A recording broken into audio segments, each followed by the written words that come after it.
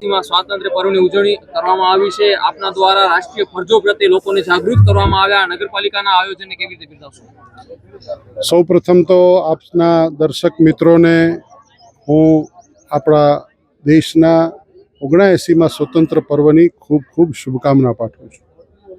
આજે માંડવી નગરપાલિકા દ્વારા અહીં વાડી વિસ્તારના વોર્ડમાં નીલકંઠ મહાદેવના પટાંગણની અંદર ધ્વજવંદનનો કાર્યક્રમ કરવામાં આવ્યો હતો. દેશના વડાપ્રધાન માનનીય નરેન્દ્રભાઈ મોદી સાહેબે લાલ કિલ્લાની પ્રાચીર પરથી ધ્વજ ફરકાવ્યો.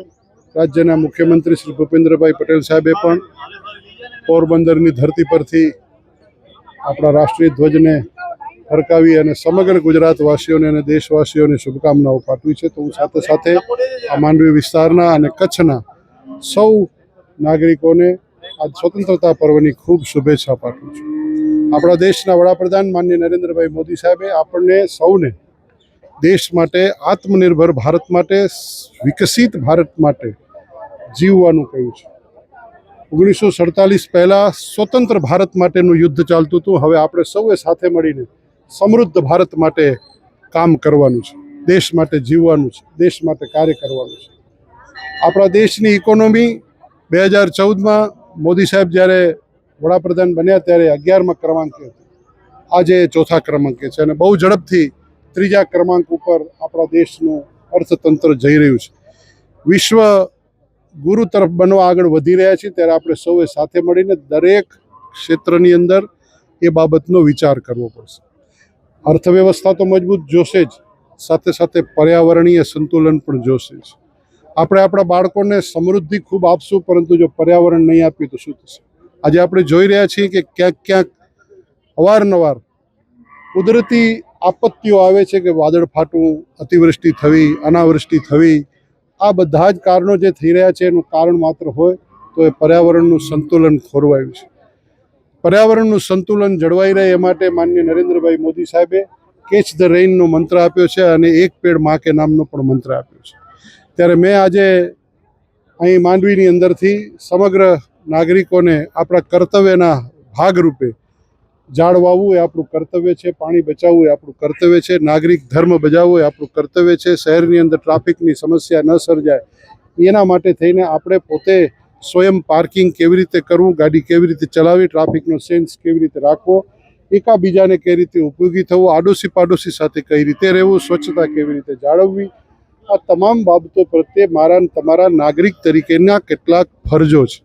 હું ને તમે ઘણીવાર અધિકાર માટે ઘણીવાર લડતા હોઈએ છીએ, કહેતા હોઈએ છીએ, જરૂર હોય થાય, પણ ફરજ પણ મારે ને તમારે આપણે સૌએ નિભાવવી એ પણ આવશ્યક છે.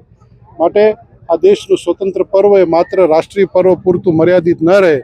24 કલાક આપણા હૃદયની અંદર તિરંગો ધ્વજ ફરકતો રહે અને એ 24 કલાક આપણા હૃદયની અંદર આપણા દેશની આન બાન શાન અને કીર્તિ વધે.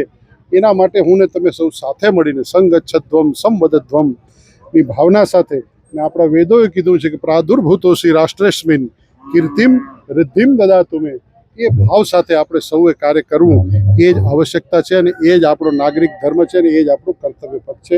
તો આપણે સૌને હું ફરીથી આ 79માં સ્વતંત્ર પર્વની ખૂબ ખૂબ શુભકામના પાઠવું છું અને સૌને સાથે મળીને આપણે દેશ માટે જીવીએ એવી પ્રાર્થના કરું. જય હિન્દ, જય ભારત.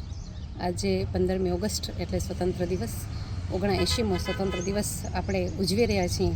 ત્યારે પ્રથમ તો હું અમારા તાલુકા પંચાયતના પ્રમુખ કેવલબેનનો ખૂબ ખૂબ આભાર માનું છું કે ધ્વજવંદનનો મને અવસર આપ્યો. અને ધ્વજવંદનમાં અમારા એટીડીઓ પ્રકાશભાઈ તેમજ માંડવી ઓક્ટોના બાળકો હાજર રહ્યા હતા.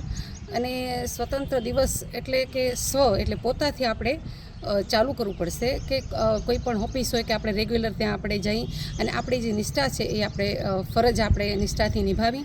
અને આપણો દેશ આજે આપણે સૌને ખબર છે કે વિશ્વ ગુરુ તરફ બનવા જઈ રહ્યો છે અને જે રીતે દેશનો વિકાસ થઈ રહ્યો છે, તો પહેલે આપણે જોતા કે આતંકી હુમલા થતા તો એટલો રિસ્પોન્સ ન મળતો. જ્યારે આજે આપણે સૌને ખબર છે સિંદૂર ઓપરેશન હમણાં જ હજી થયું છે, તો આપણે પલટવાર કરીને જવાબ પણ આપી છીએ.